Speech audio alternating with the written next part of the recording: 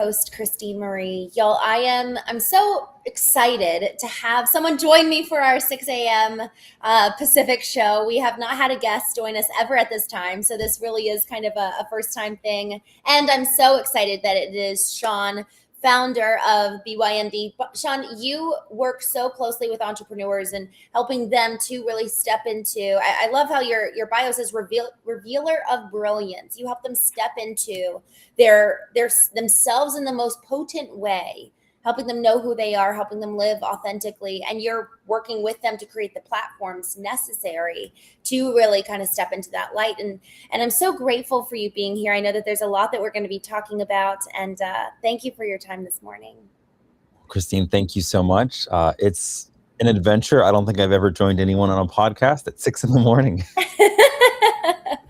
Well, I'm so thrilled you're here. You know, as we were talking in the green room, we touched on a couple different topics that I'm really looking forward to bringing to our audience, because as I look back over the genesis of the journey of knowing for myself and for so many others, this conversation is such a poignant kind of stop right at the beginning as you're working to do the work to go back in the past and uncover what were the core moments that really shaped who I am today and who do I want to be, and asking those really important questions in the discovery of knowing who we were, but then also, well, who was I created to be, not just stopping here in this moment. And so this conversation around authenticity, there's been a lot where authenticity has kind of been blurred by society and culture around us, and I think we've actually seen it used improperly.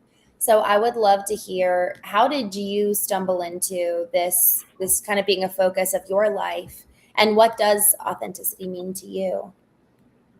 Well, I think it actually starts with what you kind of just mentioned about becoming who we're called to be. Mm, Like, if I didn't have that as the context or as the almost the foundation, it's like I believe every person's like a word from heaven. mm, And when you understand that you were like fearfully and wonderfully made, and that like the creator literally was like dreaming about you and the way that you could carry some sort of fingerprint or some expression of the divine, then it's like, well, I don't want to show up in the trend. I don't want to show up in whatever is currently popular. Well, popular CEOs, they sound like this and they talk like this, and this is what they do. And this is what's in right now. So you got to find a way to be in, because that's what that's what success is. And I fundamentally just rejected that because it didn't make my heart come alive. And I realized I could play a game, I could be rewarded for it by the world, but feel like I lost my own soul. And I wasn't willing to do that. And I think there's a lot of people out there that would love permission to be able to find peace, find fulfillment and success inside instead of outside of themselves. And so I don't know, I think part of that was my quest for authenticity.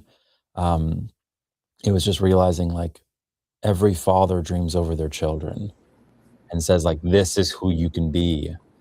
And just letting the father dream over me and be like, well, no, this is the light that I want you to shine so that other people can shine the light that they're called to shine. mm. Man, that's so beautiful. I love that you said it didn't make your heart come alive. Shawn, how did you establish that relationship to even know when your heart was kind of, I like to think of knowing as kind of my heart song. How did you come to know what was that song in your heart, or that aliveness? Like, oh, I'm actually in that moment versus out of it. Okay, that's a really good question. Um, that's really interesting. Well, I don't know. I don't know. I think part of it comes from the experience I had of coming alive. And I would say, like in high school, I was just searching for meaning. Like I'm looking around and I'm seeing so many people that are just caught up in the noise, and they're just caught up in where life is taking them, the parties. And I'm just looking around being like, there's got to be more. There's got to be more to life than this. And I don't know if it was sophomore year of high school, but I really felt like I almost came to that revelation that like the living God is looking for a heart that's completely his. And my heart wasn't completely his, but I wanted it to be. So it's like I realized it was that moment of like, I think he sees me right now. So I found myself on like Friday nights, instead of going out with friends, being in my room, lighting a candle, having the Bible open, and just like crying because I felt like I didn't know what was happening, but I knew it was real. Um, and I think that just brought something alive in me where it's like, no, there's this feeling of aliveness where there's like alignment. I think that's probably the best way of when you're not aligned, you can kind of feel it. It's almost like there's no energy flow. You're more exhausted, you're more fatigued. But when things line up, it's almost like there's this freedom to flow. Um, there's more joy in it. There's more like boundless energy. And I think energy is a really great way of putting it because God as light, the Father of lights, you being a child of the Father, where you get to shine your light. I think aliveness is getting to shine the light that we've been given, which takes courage. It's kind of scary to just be like, hey guys, like this is me. And it might be quirky and goofy and silly, um, but it's all I know how to shine. So beautifully stated. Aliveness is light. I'm curious, Shawn. I had a conversation with somebody the other day where there's this kind of, I think that there's this kind of like inner war over shining that light. And I think that there's a narrative around that it is let's just say egoic to go and step into that light, or it's going to make much of me, and I shouldn't be known and I shouldn't be seen. And so I'd love to hear how you've kind of towed the line with that of how to step in the light and how to make that your heart alive and walk in the light that is yours. It's been given to you. It's like God's like, here is this beautiful responsibility. I mean, what you're talking about is every father has a dream for their child. And there is this angle of when we kind of stiff arm and say, no, I'm not worthy of that. Or no, that's too big. Or no, just saying no, it's us assuming that we actually know better. So I'd love to hear, how do you toe the line and walk brightly and bravely, yet also with, is it humility? Like what's kind of the counterbalance there that's necessary? Okay, so again, there's a certain wavelength that we're both on because the fact that you could even ask me that question is crazy. Um, I have done a terrible job over the arc of my life figuring out how to own this because I remember in high school at times being like stepping into arrogance. And it was not a good look. And I remember the Father being like so kind because he saw my youthful zeal, but I know I hurt people. Um, and then the opposite was like, well, I don't want to hurt people and I don't want to be something that's repulsive. I want to draw people to the Father. So it's almost like I watered myself down. I removed my edges. I didn't shine as bright because I didn't know, I didn't want to compete with other people. I didn't want to get the attention. I really, really struggled with it. And I would meet certain guys and they would just be like so strong in who they were. And this idea of confidence was so confusing to me because I thought humility, God resists the proud. I wanted to be humble with everything in me. But if humility equaled weakness, I didn't know how to reconcile it. And there's two things that have been my saving grace here. One of them is that like I'm not on the throne of my life, God is. And when God's on the throne, like everything that I endeavor to do is just to make him big. So that's kind of like a safety net of like, it's not about the Shawn show. That used to be the name of my podcast because my creative director wanted to name it that. And I thought it was the dumbest thing ever, but I went with it anyway. And then I finally just rebranded it because I was like, that's not me. It's not about the Shawn show. Like I want to make the Father known. But the other thing, Christene, which I think is actually way more insightful, it's that gifts are meant to be given. Like we know that. I have a gift. Well, that means it's for someone, right? Like who's my gift for? So when I look at the gifting that I have or the gifting that other people have, it's like it's on us to give that away to as many people as possible and to shine as bright as possible because it's not for us. Like my gifting to make the Father known, if I just hang on to it and hang out on an island all by myself, it doesn't glorify the Father at all. Like in pouring myself out generously, like that's the most selfless thing I can do. So the most selfless thing anyone can do, all of our listeners, is actually to own the gift that they have and to give it away as generously as possible. Someone else might say, oh, that's arrogance. It's not. Discovering that you are a gift because it's meant to be given, because it's meant to be poured out, it's always in service of somebody else. It's the most brave thing to believe that we're a gift. You know, to, like you just said, to believe that you're a gift. We were talking earlier about just some of those beliefs in childhood just before we got on the show, and some of the experiences that really kind of created who we are today. And it doesn't necessarily mean that who we are today is who we can be, but to really understand, who am I here in this moment? What shaped me in the past? For that aspect, you know, the core beliefs of being able to even come to that belief, I believe that I am a gift, that I am loved by my Father, that I have a vision that God has for me that is much bigger than anything I could conjure myself.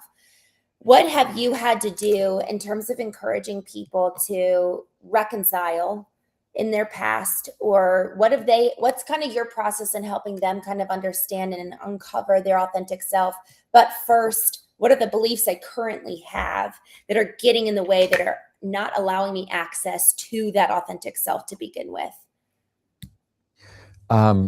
So my like basic framework, and it kind of started from, I got a little inspired by like Seth Godin back in the day, Purple Cow, where it's like people remark on what's remarkable. So like as a branding expert, as someone in marketing, like the end result for the market is you want something that's remarkable, the market cares about it. But remarkable for me, as if you are the brand, if the person is the brand, it's not about trying to fake it or perform. Remember, I'm very anti-performative. So before you can create remarkable, you have to own your authentic brilliance. That's kind of like what I realized. Like everybody's authentically brilliant. But in order to own your authentic brilliance, if we back up, you have to come to this place of being in process of like coming to a place of being wholehearted. Because what dies in a person when they live, what shuts down, like the definition of shame literally is wrongness of being. So Christene, you're a child and you're growing up, and I don't know, things happen either through you or to you, and there's that natural feeling of shame because maybe it was wrong or it wasn't that good, and all of a sudden your soul interprets it as there's something wrong with me fundamentally. I wasn't enough, you know, I don't know why my mom left my dad or my dad left my mom or why I got made fun of. But we don't know how to process these traumas. So the conclusion ends up being there must be something wrong with me. And we carry this hidden shame, and all it does is it shuts down your heart, because it's very hard to have an alive heart when you fundamentally feel like there's something flawed about you. So I'm always trying to get to that place of like, you are so worthy of love that it's not simply like God endures your presence. It's like, oh, like if they do everything right, I can stand being in their presence. When you can come to that place and you realize there's actual delight, like the best picture of the father and the mother's heart over a child isn't simply acceptance, it's delight. It's, I delight in you. I want to see you shine. I want to see you overcome. I want to see you be able to take the beauty that you are and just share it with the world and not be pushed down, kicked down, told that you're this or that. Like bullies are only bullies because they're insecure, because they didn't know that they were loved. Like once you realize that hurt people end up hurting people, it's like there's compassion even on the person that's oppressing, because it's like, oh, I'm sorry your mom and dad didn't convince you that you belonged. But when we have a world of people that actually know that they belong and that they can give from that reservoir of like, I don't need to take from other people. Like I know who I am and I've been given love so that I can love. That's where I want it. I probably missed your question somewhere along the lines, Christine. I love this. Well, and you know, it's really a repositioning, completely, where I'm no longer connected horizontally to the people around us for meaning, but rather I'm actually kind of sourced from within. That is a completely different approach to life. And so it's really again, kind of going back to what are the beliefs about God. And this is, it's so important that we ask these questions. So many times people aren't actually paying attention to their belief systems, but their beliefs are their internal operating system that drive the behavior in their external world. And so this question of, do I believe that I'm merely accepted or tolerated versus delighted in? And Shawn, where and how would you encourage people to kind of assess, what do I believe? Like, what are some questions or a practice that can really help them uncover that to begin with, and then they can go from there? I mean, if you just do like a simple audit, go in front of the mirror, like look yourself in the eyes. Try to, most people are so uncomfortable with that. But like to the measure at which you can almost embrace and receive self-love, not just to have some like self-love party, but I'm just saying, like, if you're telling me that you can receive love from other people, but you can't fundamentally extend that to yourself, there's a blockage there. There's something there where you haven't forgiven yourself. And sometimes the hardest work we can do is just to look in the mirror and be like, I know you're trying. Like, I know you didn't mean to be an F up. Like, I know you weren't trying to screw up everyone's life when you did this. Like, my whole point isn't you're worthy of love if you can overcome. If you can be a good person, then you're worthy of love. That's not my point. I have really screwed up in life, and I've been surrounded by some other people that have been pretty good screw ups too. I'm probably still better than them at screwing up.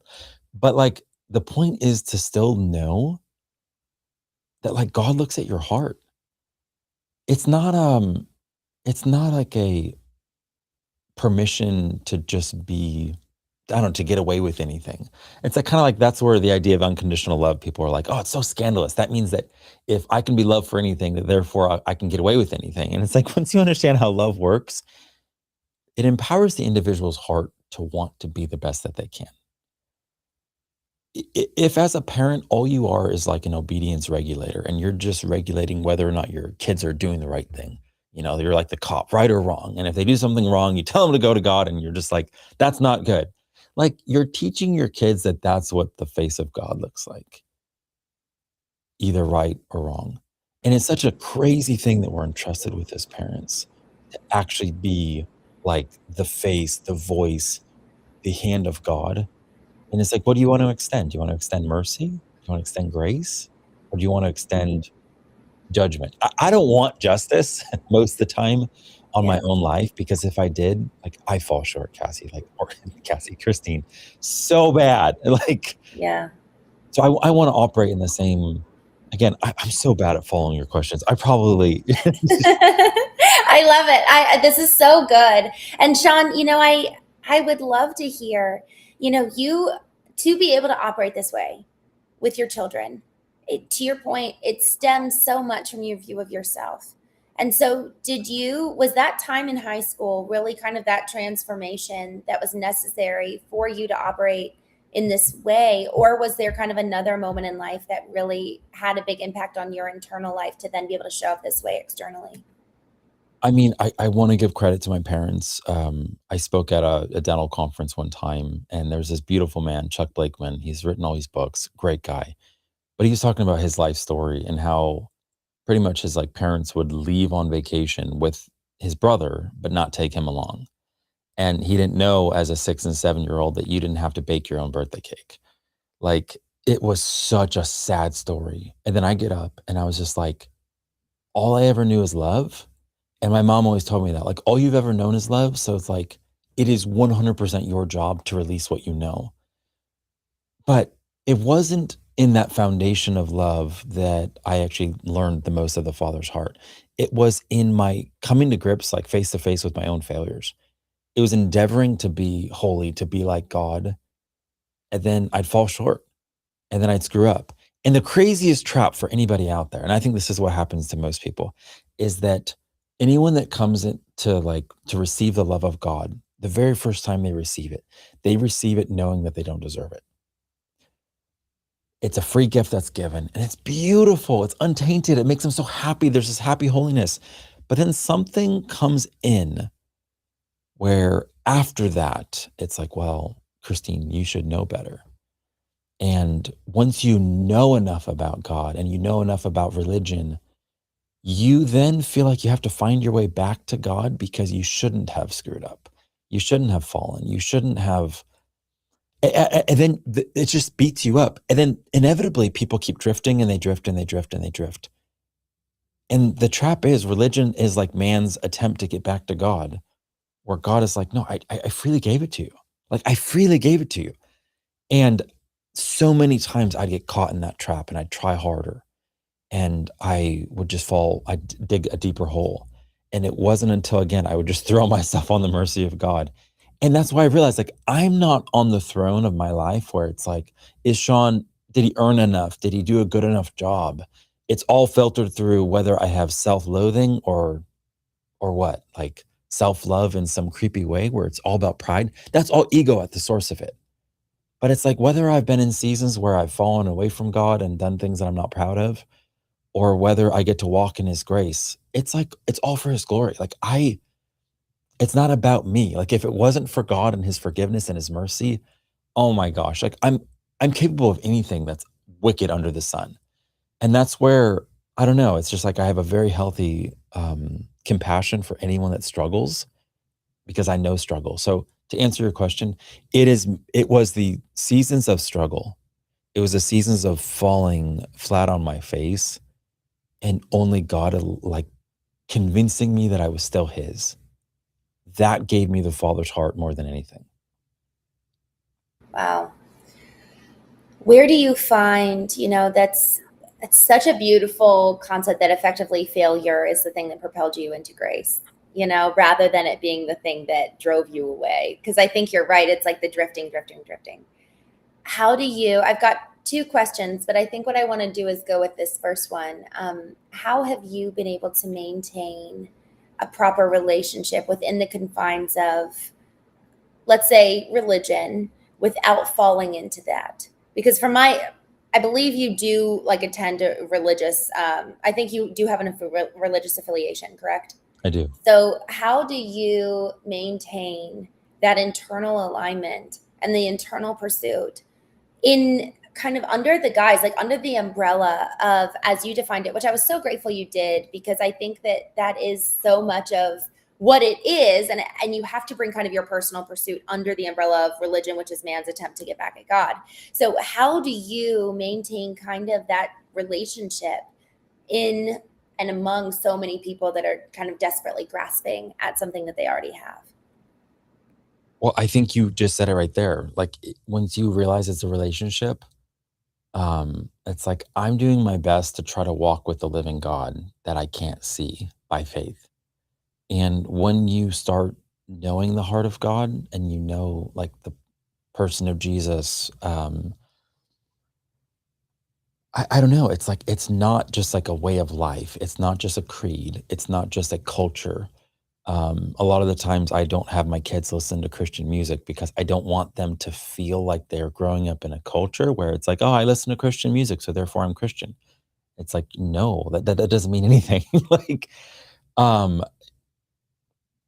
it's about following a person. I don't know how to say it. It's like marriage.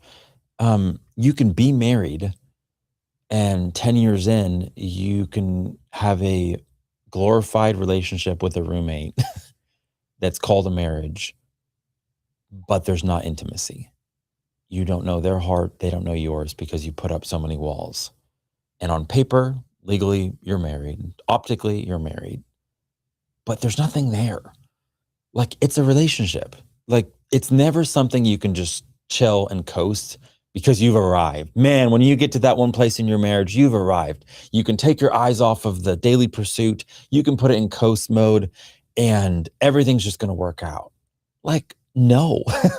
Like if you just, and so all of my frames for God are basically what we can see. We see husband and wife relationships. We see father-son relationships. These are types and shadows. Like it's so the reason why I say this is because a lot of the times I'm in circles where people might be a little bit more new age, and they make God an abstraction. Spirit, light, which I love light and spirit, but like they make him faceless. And to me, it's the craziest thing because, Christine, there's nothing more glorious than the fact that I can preferably be in person with someone like you and actually look into your eyes and in that moment know you to the capacity that you let me know you and be known by you to the capacity that I let you know me. And there's just something so crazy about that like to have that intimacy in relationships and then go, yeah, but we're going to make God an abstraction where he doesn't have a face. Like, I don't understand that. But back to your question, when people keep it about relationship, it's like, it's about knowing someone and trying to walk with them. And to do that, even in normal relationships, you have to be humble.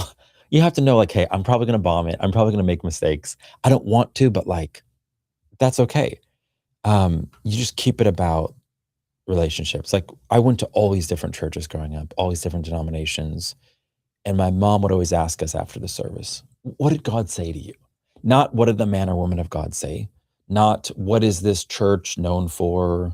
What's holy about the way that these men or women gather? It was always about what's the Spirit speaking to you, because she wanted to make sure we were actually following God. And there's no greater adventure than that. Like everyone's longing for something that's like can require all of them and can be this massive, epic, beautiful thing. And there's nothing close to just trying to follow the living God. Like it's the greatest adventure that ever could exist. So good.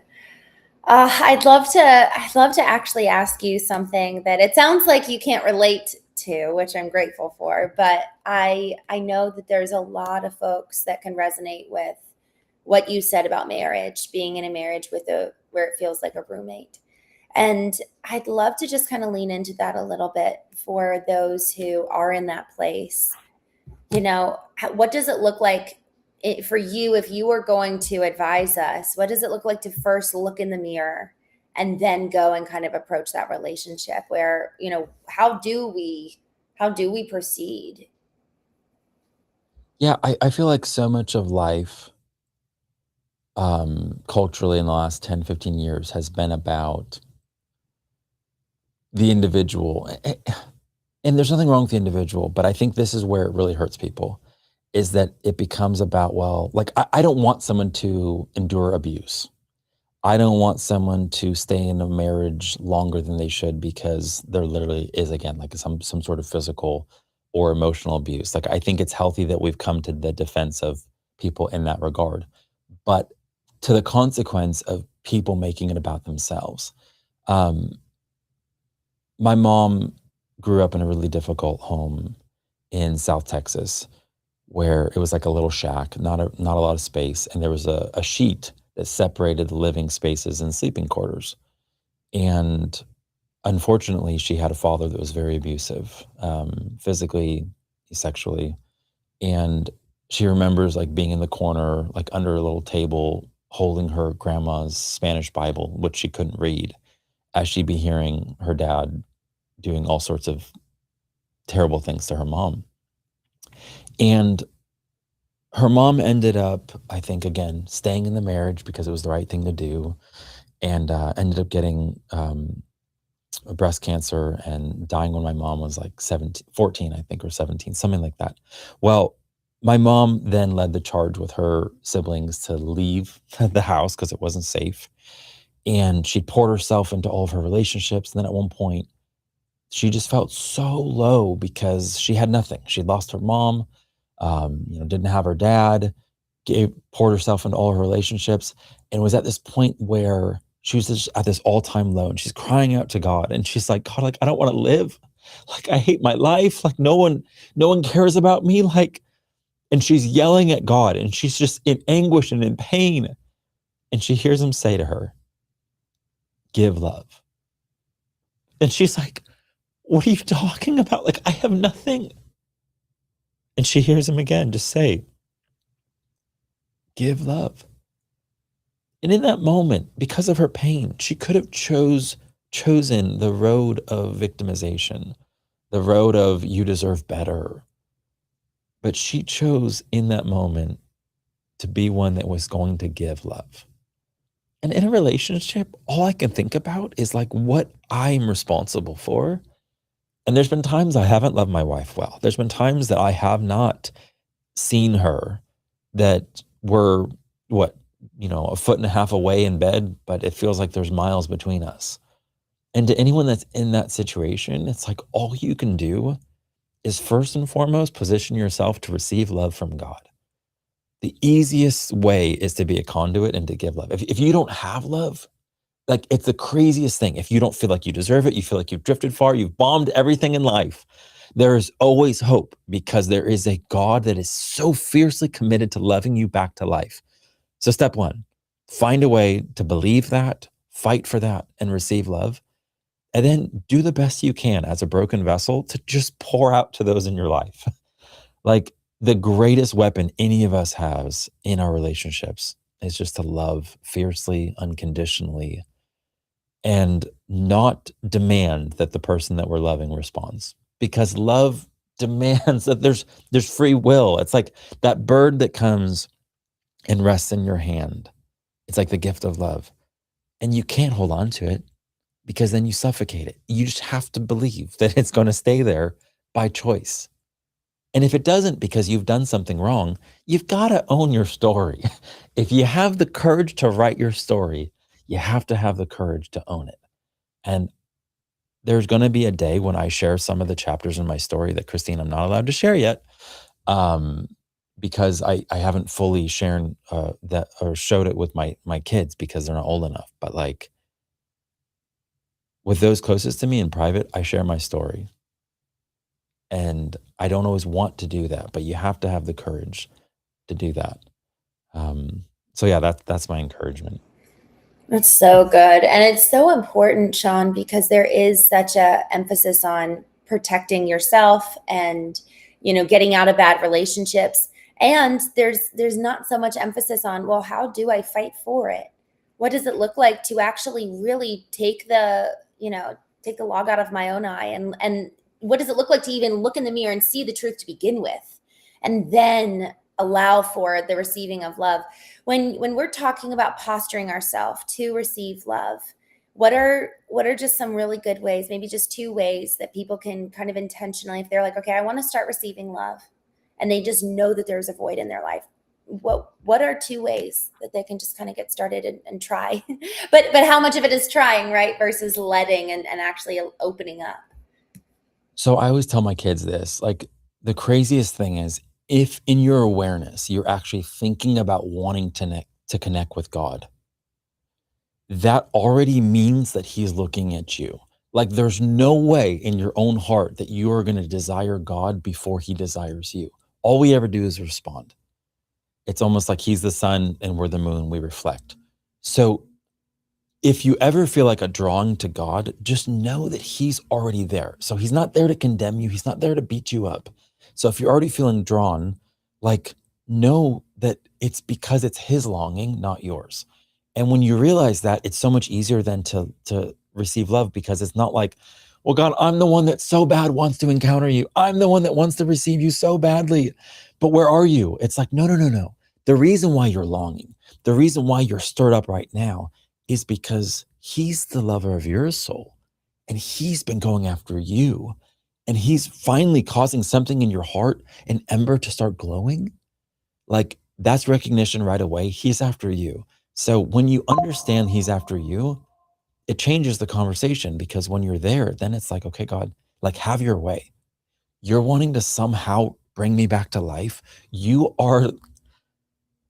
There's no one better at loving weak and broken people than God. There's nobody better. So I don't care what your situation is. I don't care how much you think you're disqualified from receiving the embrace of the Father, but there's nothing that breaks off that sense of orphanness like the Father's love. So yeah, the hardest thing is just to be like, silent those voices that are so loud that are like, these are all the reasons why you are. We know we're our own worst critic. When we look in the mirror, we know the ways in which we've fallen. We know the ways in which we don't measure up. If someone has looked in the mirror and they've never seen a monster before, it's like you haven't lived. Like And to think that God can reach that and call forth the best in you. So yeah, one of the most scandalous things anyone can ever do is try and just sit in the presence of God and receive. Not do something to earn, not say the right words, but just receive who God is. And if there is condemnation, it's the wrong presence. It's not God. You'll know it's God because there's either the still small voice, it's something that leads to peace, or genuinely, it's almost like there's a purity in his touch that doesn't exist anywhere else. He'll pick up the leprous person, and next thing you know, it's like, I'm clean again. And there's no feeling like being clean because it's what we don't deserve. We don't deserve it. Like, it's not because we deserve it. It's the beautiful act of God to reconcile us back to himself, freely given. But yeah, that's what I would say. Just receiving is the hard part. Yeah, not doing the very thing our culture says where our worth is. I'd love to hear your thoughts on this concept of returning to innocence. And, we talked a little bit about your children and your relationship with them and how they've really kind of grown up on this foundation of love as you did. And where do you find that there's these intentional choices to pursue innocence and then also to be kind of inundated with culture? I loved how you said something very kind of the maybe even the antithesis of what most people would assume when you were like, I don't actually want my kids to really go and listen to Christian music because I don't want that to be the thing by which they identify their religion. So then how do you kind of encourage innocence? Because to that point, you mentioned earlier that you really found that to be holy like your father allowed for access. So if we're kind of drawing that through line of, okay, with holiness, people shall know God. So if I was to pursue holiness, what does that look like? It's not necessarily just about the music you listen to. And I know that does play a part to an extent. I'm sure, you're not having your kids listen to trash, but I'm just curious, what are the principles of innocence that really have guided your relationship with the Father? Did you ever see The Blind Side? I did. So there's some really profound line in that movie, and it's when the mom, played by Sandra Bullock, um, asks the, I don't know his name, but Michael Orr, Oh, yes. how did you make it out of there?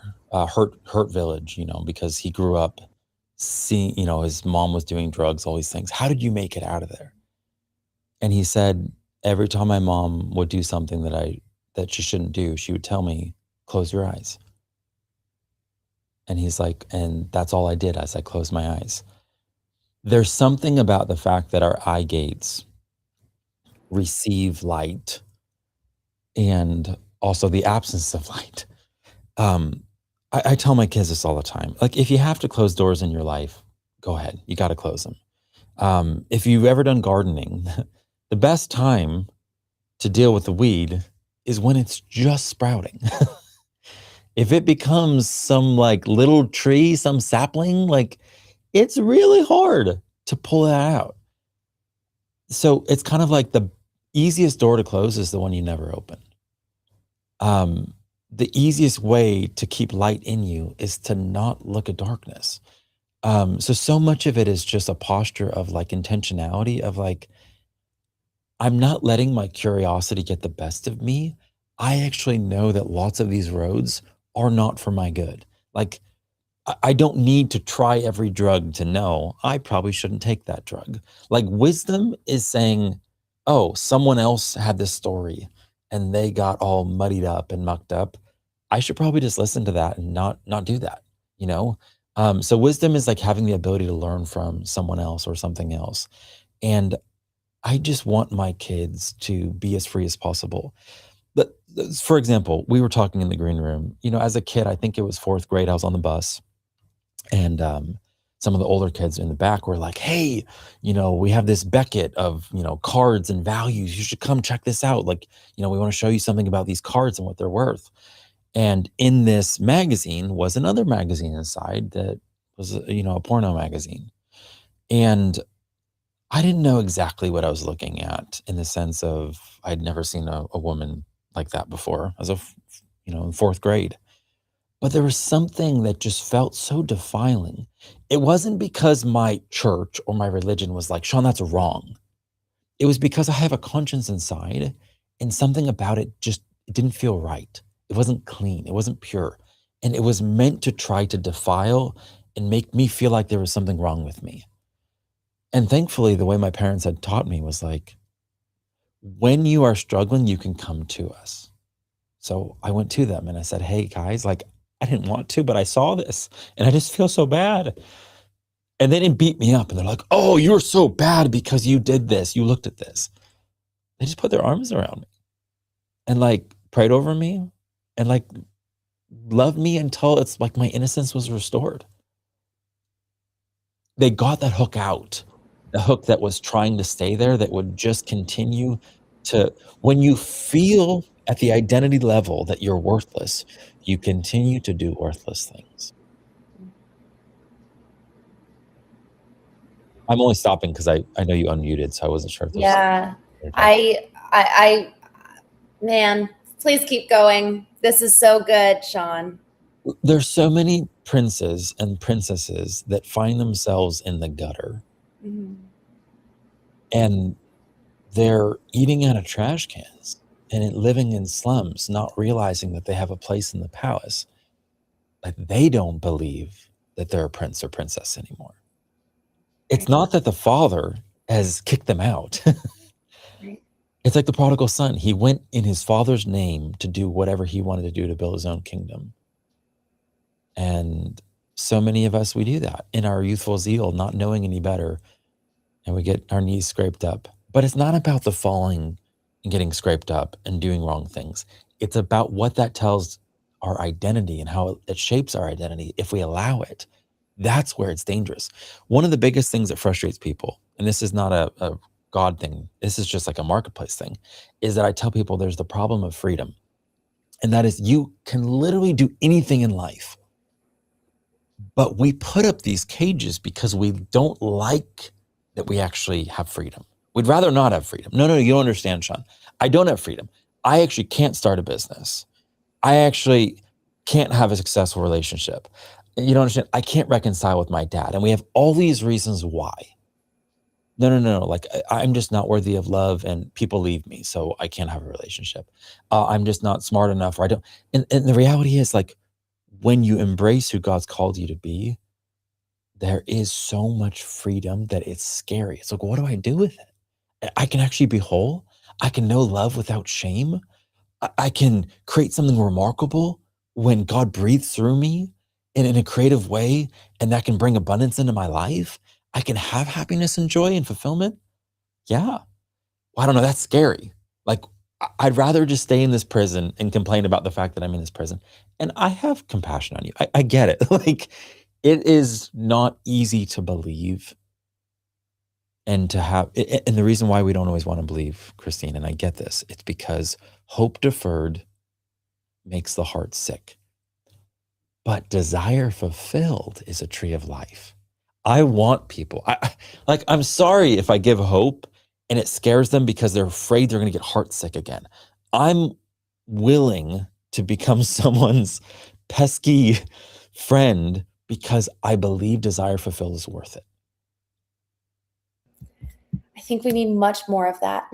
I think we need so much more of that. Shawn, there's just such a direct correlation. And I think that this is actually such a full circle moment because we're talking about what makes your heart alive and having wholeheartedness, wholehearted living. And then you just said desire fulfilled is a tree of life. It is so terrifying to want. And it feels selfish. And then there's this whole mantra and kind of all these narratives actually in a lot of times in religious settings where it's to want anything or to desire something is actually very selfish. And so it kind of goes back to being brave enough to step in the light and take up space and give the gift which we've received. But that desire, the element of desire, I think that actually people are afraid to want because it could be corrupted or it could be something that controls me and I don't know what's going to happen. It's the uncertainty of desire that allows for freedom to be terrifying, because it's not just, okay, well, what am I going to do with it? I might have to take responsibility and work, but I also have found that there is something scary and uncertain about desire in and of itself. How do you relate with desire, and how do you maybe even vet your desires to ensure that they are going to get you closer to the relationships that are your ideal, the business that's your ideal, your own self that's your ideal? Well, first off, it starts with the fact that like my desire could never eclipse God's, meaning like a third of the angels fell, and God's like, okay. 100% of mankind fell, and he was like, no, like, I have to have them.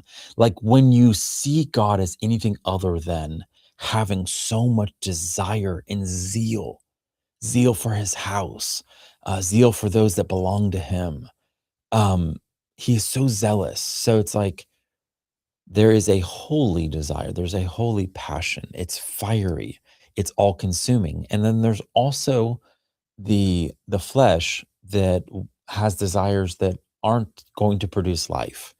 And I don't think oftentimes it's that difficult for us to realize which is which.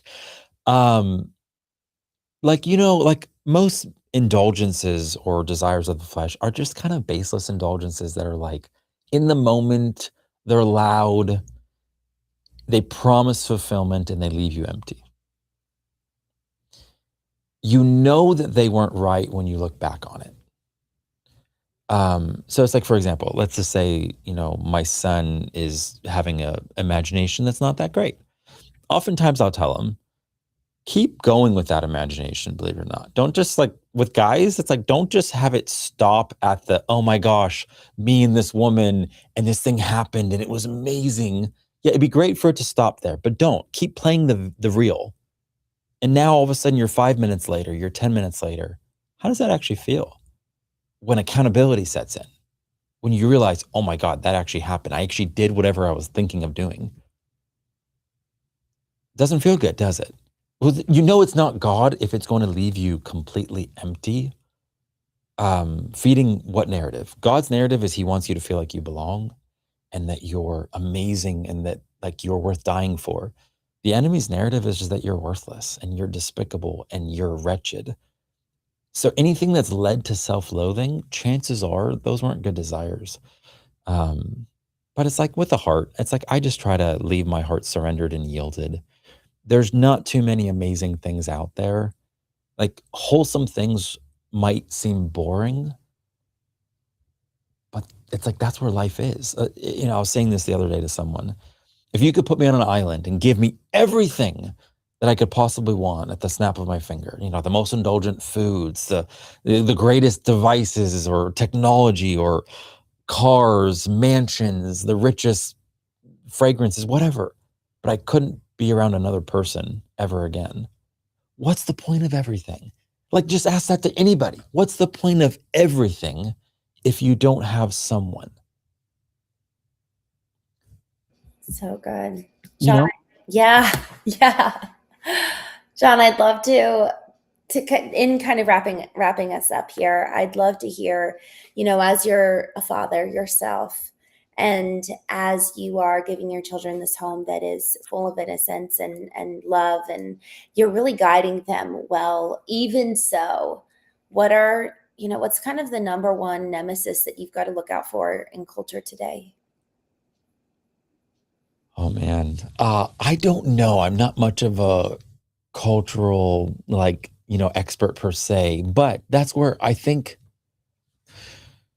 the idea of innocence is such a provocative idea because it flies in the face of the world. Innocence is looked down upon even more than purity. I remember my sister in college was wanting to write a book, Purity is the New Sexy. And I loved that idea where she's like, a Christian girl, and she's like, no, you don't understand. Like, it is so sexy for me to walk in my purity, and that should be sexy for a guy. And I was like, Amber, you write that book. Like, that's awesome. But like innocence is just so countercultural. Um, and I don't think we've been told that like it's okay to want to be rebuilt in a way that I don't know, we're not broken. Like, I don't know. But for my kids, Christene, like what lands in a clear way is like part of the culture that I'm always trying to keep is like, they'll hear a message about, reaching the lost because, they'll be at church or a youth group and they'll go to some youth camp and it's all about, reaching the lost. And I'm like, there's absolutely nothing wrong with reaching the lost. But this is kind of like a Jordan Peterson stewardship thing. Like, there's no point in reaching the lost if your little brother that lives with you, that when he offends you, if you don't know how to forgive him and love him, like this is your training ground. We are weak and broken people that are learning to love weak and broken people. And you learn love in the committed relationships that you have. It's mom, it's dad, it's brother, it's sister. It's in the unsexy relationships, not the people you're trying to show up for to give them your best when you're faking it. Not the people you're putting on a smile for, like in the dating relationship. Oh my gosh, why it's so deceiving is because any guy can put on his best when you're dating. And then all of a sudden he goes back to his time, decompresses, whatever. You realize in marriage really, really quickly that people weren't holy before. They were just undisturbed. And you are no longer undisturbed when you're married because that roommate never leaves. Like there is no such thing as social distancing. And so it's a great sanctifier if you will cooperate with it. And that's what I tell my kids. Like when your little brother offends you, like just go inside. Like what is it that offended me? And just work on yourself. Like humble yourself. Apologize to your brother because you're learning how to love. And that lesson is going to teach you how to love in every relationship in your life. Mm. Thank you so much, Shawn, you've just given us so much wisdom, and I'm so grateful for your time and for everything you shared this morning. How can people follow you and stay in touch and keep learning from you? I don't actually know if I'm super active. Maybe YouTube. I'm doing some stuff there. If not, my website, it's just my name, ShawnZajas.com. But yeah, I'm kind of just starting my journey of showing up in the marketplace Mm, with this message, mm, um, because I haven't had the courage to follow it earlier. And that's why, like, it's never too late. Like, I just turned 40. Like, I would have loved to have walked in this when I was 20, but mm, don't ever let God test us more with time than anything else. mm. So you could be 70 out there and think that your world is over and that your time got passed by, and this could be your greatest season. So it's never, ever, ever too late to say yes to something that God wants to do in you that's going to be redemptive and beautiful. I love it. Friend, thank you so, so, so much. Y'all, thank you so much for joining us today. Shawn, so grateful for you and so grateful for the life that you've lived, and even just ending on that message that it's never too late. In fact, this could very well be the challenge that you all needed to step up and step in the light and start using your gifts, because it's actually not about us at all.